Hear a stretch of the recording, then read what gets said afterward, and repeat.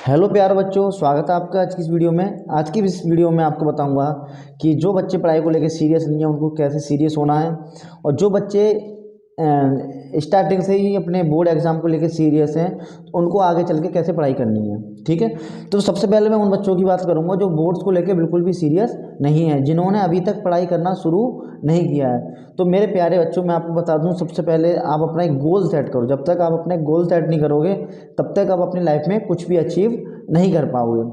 ठीक है, और जिन बच्चों ने अभी तक बिल्कुल तैयारी नहीं करी है तो मैं उनको बता दूं, हाई स्कूल का जो सिलेबस है वो इतना ज़्यादा नहीं है कि आप 2 से 3 महीने में कवर नहीं कर पाएँ। अगर आप आज से ही और अभी से तैयारी करना शुरू कर देंगे तो आपका जो सिलेबस है बोर्ड एग्ज़ाम का वो कंप्लीट हो जाएगा। ठीक है, तो मेरे उन बच्चों से थोड़ी ज़्यादा गुजारिश है जो बच्चे सारा दिन फ़ोन में लगे रहते हैं कि गार्जियंस के फ़ोन आते हैं, सर ये पूरा दिन पबजी खेलता है, ये पूरा दिन फ्री फायर खेलता है। तो ऐसे बच्चों को मैं बताता हूँ, खुद के लिए नहीं तो अपने माँ बाप की आंखों में देखो वो आपसे क्या चाह रहे हैं। उनकी आंखों में आपके लिए एक सपना है, उस सपने को आपको साकार करना है। उस सपने के लिए आपको आज से ही मेहनत करनी है। किसी ने एक बहुत अच्छी बात कही है कि सफलता एक दिन में नहीं आती है, लेकिन सफलता एक दिन जरूर आती है। अगर आपका एक गोल है और आप उस गोल को पाना चाहते हैं तो आप उस गोल को एक न एक दिन जरूर अचीव करेंगे, अगर आप सच्चे दिल से उस गोल को पाना चाहते हैं। अब बात कर लेते हैं बोर्ड एग्जाम की तैयारी कैसे करें। सबसे पहले तो आपको बेटा मॉर्निंग में उठने की एक हैबिट बनानी है। सबसे पहले आपको क्या करना है, मॉर्निंग में उठने की एक हैबिट बनानी है। तो सबसे पहले आपको सुबह जल्दी उठना है। अगर आप अभी तक 6 साढ़े 6 बजे उठे तो बेटा मैं मान के चलता हूँ, अगर जब तक आप सुबह 4 बजे नहीं उठेंगे तो सबसे पहले आपको सुबह 4 बजे उठना है। 4 बजे उठ के तुरंत पढ़ाई स्टार्ट नहीं करनी है, मैं आपको ये बता रहा हूँ। 4 बजे उठ के आपको क्या करना है बेटा, 4 बजे उठकर आपको पहले एक गिलास गर्म पानी पीना है। गर्म पानी पीने के बाद आपको फ्रेश होना है, और फ्रेश होने के बाद आपको 10 से 15 मिनट योगा या मेडिटेशन करना है। योगा या मेडिटेशन से ये होता है बेटा, आपका माइंड फ्रेश रहता है।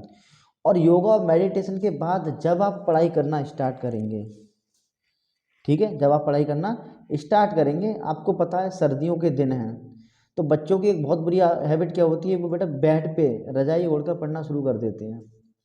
बेड पर रजाई ओढ़कर पढ़ना शुरू कर देते हैं, 10 या 15 मिनट पढ़ा, उसके बाद में वो आराम से सो जाते हैं पढ़ते पढ़ते। तो मैक्सिमम बच्चों की एक बहुत बुरी आदत होती है। तो उन बच्चों को क्या करना है, जिन्हें पढ़ते टाइम नींद आती है, उन्हें क्या करना है, आपको एक अलग अपना एक टेबल लेना है, एक चेयर लेनी है, और उस चेयर पे आपको पढ़ना है। ठीक है, और पढ़ने की हैबिट में आपको क्या करना है, आपको जो आपका जो बैकबोन होता है, बैकबोन आपको जितना ज़्यादा आप स्ट्रेट रखेंगे आपका माइंड उतना ज़्यादा कांस्टेंट रहेगा। ठीक है, तो आप 4 बजे उठे, आपने गर्म पानी पिया, फ्रेश होके आए, मेडिटेशन करा, 4:30 से आपने पढ़ना शुरू करा। अगर आप सुबह को 2 घंटे भी पढ़ लेते हैं, 2 घंटे भी पढ़ लेते हैं, 2 घंटे कैसे पढ़ना है आपको, आपको क्या करना है बेटा, सबसे पहले आपको सुबह एक आपको टॉपिक, आपको रात को एक टॉपिक क्लियर करके सोना है कि सुबह मुझे ये टॉपिक क्लियर करना है। और जब भी आप टाइम के अकॉर्डिंग पढ़ेंगे आप ज़िंदगी में कभी भी नहीं पढ़ पाएंगे कि भाई 4:10 हो रहे हैं मैं 4:20 से पढ़ूंगा, 4:30 हो रहा है मैं 4:40 से पढ़ूंगा, कि 10 मिनट और रुक जाता हूँ, थोड़ी देर आराम कर लेता हूँ फिर मैं पढ़ूंगा। ऐसे बच्चे ज़िंदगी में कभी भी पढ़ाई नहीं कर पाते हैं। ठीक है, तो सबसे पहले आपको क्या करना है, रात को जब सोते टाइम आपको मॉर्निंग का एक टॉपिक अपनी डायरी पे लिखना है कि सुबह मुझे ये टॉपिक क्लियर करना है। अब क्लियर करने का मतलब है चाहे वो 1 घंटे में हो, 1.5 घंटे में हो, 2 घंटे में हो, आपको सुबह को वो टॉपिक क्लियर करके ही फिनिश करना है। ठीक है, वो सुबह को टॉपिक फिनिश हो जाता है, उसके बाद आप अपने कॉलेज जाइए, कुछ भी करिए, टू जेड मुझे उससे मतलब नहीं है। सारा दिन आप पढ़ कुछ भी करिए, मैं आपका जो स्टडी प्लान बता रहा हूँ वो उन बच्चों के लिए है जो कहते हैं मुझे दिन में बिल्कुल टाइम नहीं मिलता है। मेरे एक सर होते थे जिनका नाम था मुरारीलाल माहेश्वरी, उन्होंने एक बहुत अच्छी बात कही थी, जो बच्चे दिन में बिजी रहते हैं तो रात तो अपनी है, रात तो अपनी है ना। अगर आप रात को 4 से 5 घंटे सोते हैं तो आप एक बहुत ही अच्छी नींद ले रहे हैं। 4 से 5 घंटे एक स्टूडेंट के लिए 4 से 5 घंटे की नींद बहुत ज़रूरी है।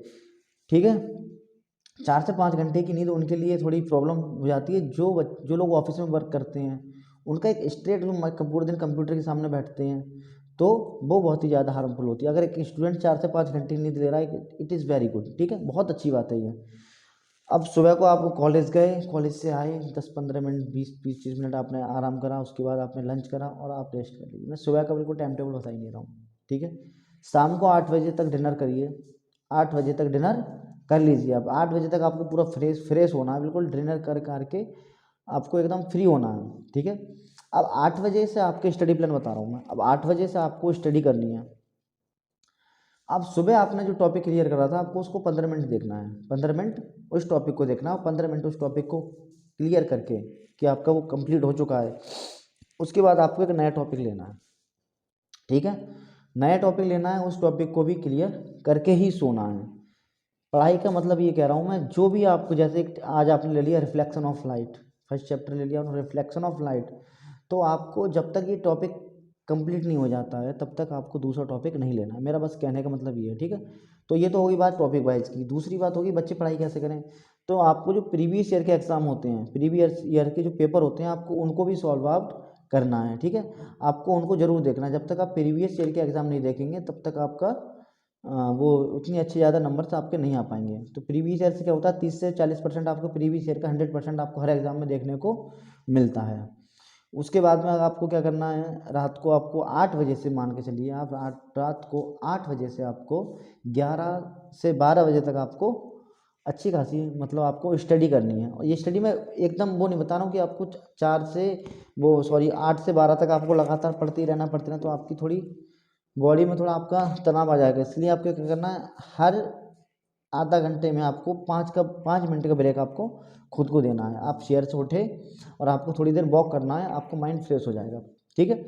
और ऐसा भी नहीं है कि आपने आधा घंटा पढ़ा और रेस्ट के चक्कर में आप कहीं जाके सो गए, ऐसा नहीं करना आपको। आपको 8 बजे से 12 बजे तक पढ़ाई करनी है और हर आधा घंटा 40 मिनट, 30 से 40 मिनट के बाद आपको 5 से 10 या 15 मिनट का ब्रेक खुद को देना है, ठीक है।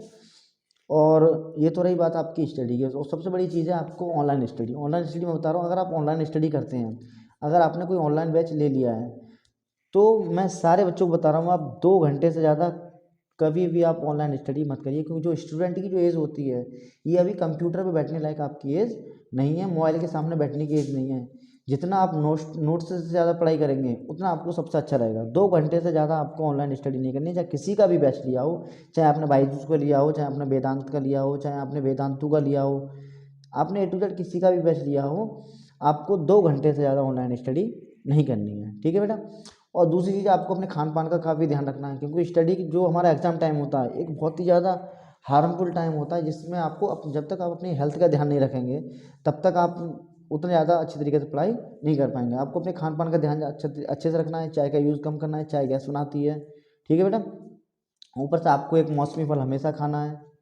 और सुबह को, रात को सोते टाइम आपको कुछ बादाम और कुछ मूंगफली और जो आप ड्राई फ्रूट खाना चाहते हैं, जैसे आपका किशमिश हो गया, इनको आपको रात को भिगो कर रख देना है और आपको सुबह को इन्हें खाली पेट खाना है। इससे क्या होता है, आपको थोड़ा मिनरल्स और प्रोटीन्स, विटामिन्स आपको मिलती रहती हैं। क्योंकि स्टूडेंट्स जब हम पढ़ाई करते हैं तो हमारा माइंड काफ़ी ज़्यादा एक्टिव हो जाता है और हमारी एनर्जी काफ़ी ज़्यादा वेस्ट होती है, ठीक है। और तीसरी चीज़ आपकी ये रही कि जो आपका मैथमेटिक्स है, मैथमेटिक्स के जितने भी समय आपको ना याद नहीं करने। मैंने कुछ बच्चे देखे हैं, वो सवालों को रट के जाते हैं कि ये 4 सवाल आ रहे हैं, इन 4 सवाल को मैं याद कर लेता हूँ।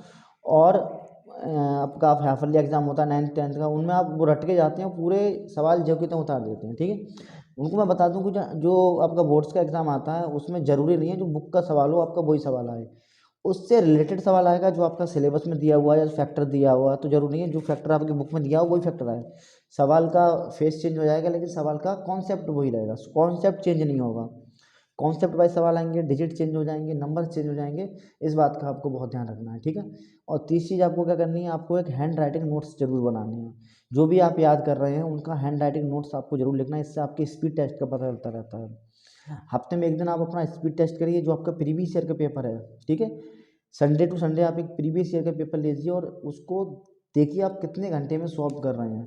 क्योंकि जब हमारा एग्ज़ाम होता है बहुत से बच्चों को ये शिकायत रहती है कि सर टाइम कम रहा, हमारा पेपर नहीं हो पाया, हमारे 4 क्वेश्चन छूट गए। इसलिए स्पीड टेस्ट बहुत ज़रूरी है, बोर्ड के बच्चों के लिए स्पीड टेस्ट बहुत ज़रूरी है। हफ्ते में एक बार आपको स्पीड टेस्ट करना ही करना है। जो प्रीवियस ईयर के पेपर है उनको एक टाइमर लगा के आपको एक कॉपी पे सॉल्व करना और देखना है आप 2 घंटे 2.5 घंटे जो आपका एग्ज़ाम का टाइम होता है, उतने टाइम में आप कितने क्वेश्चन सॉल्व कर रहे हो, कितने क्वेश्चन आपके रह जाते हैं।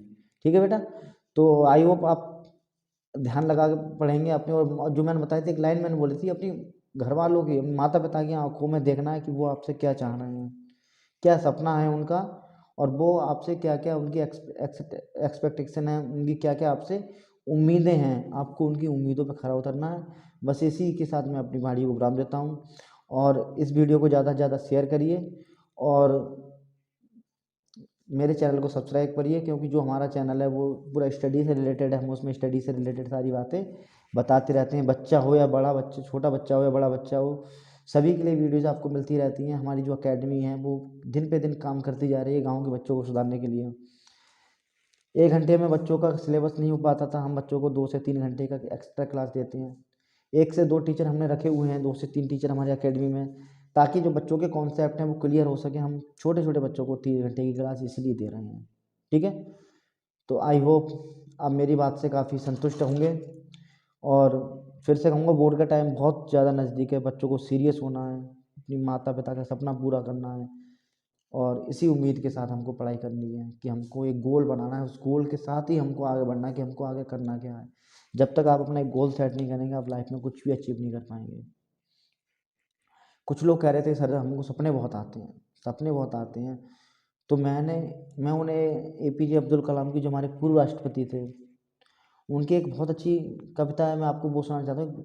उनका एक जो उनकी कहावत है वो बताना चाहता हूँ कि सपने वो नहीं होते हैं जो हमको सोने पर आते हैं, सपने वो नहीं होते हैं जो हमको सोने पर आते हैं, सपने तो वो होते हैं जो हमें सोने नहीं देते। तो मेरे दोस्त, अगर आपने सपने सच्चे देखे हैं तो वो आपको कभी सोने नहीं देंगे।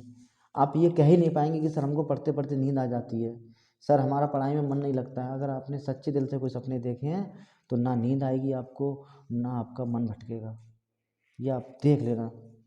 तो इसी के साथ मेरी उम्मीद है अपने छात्रों से कि वो पढ़ाई पे ध्यान देंगे और भविष्य में अपने माता पिता का नाम रोशन करेंगे। जय हिंद।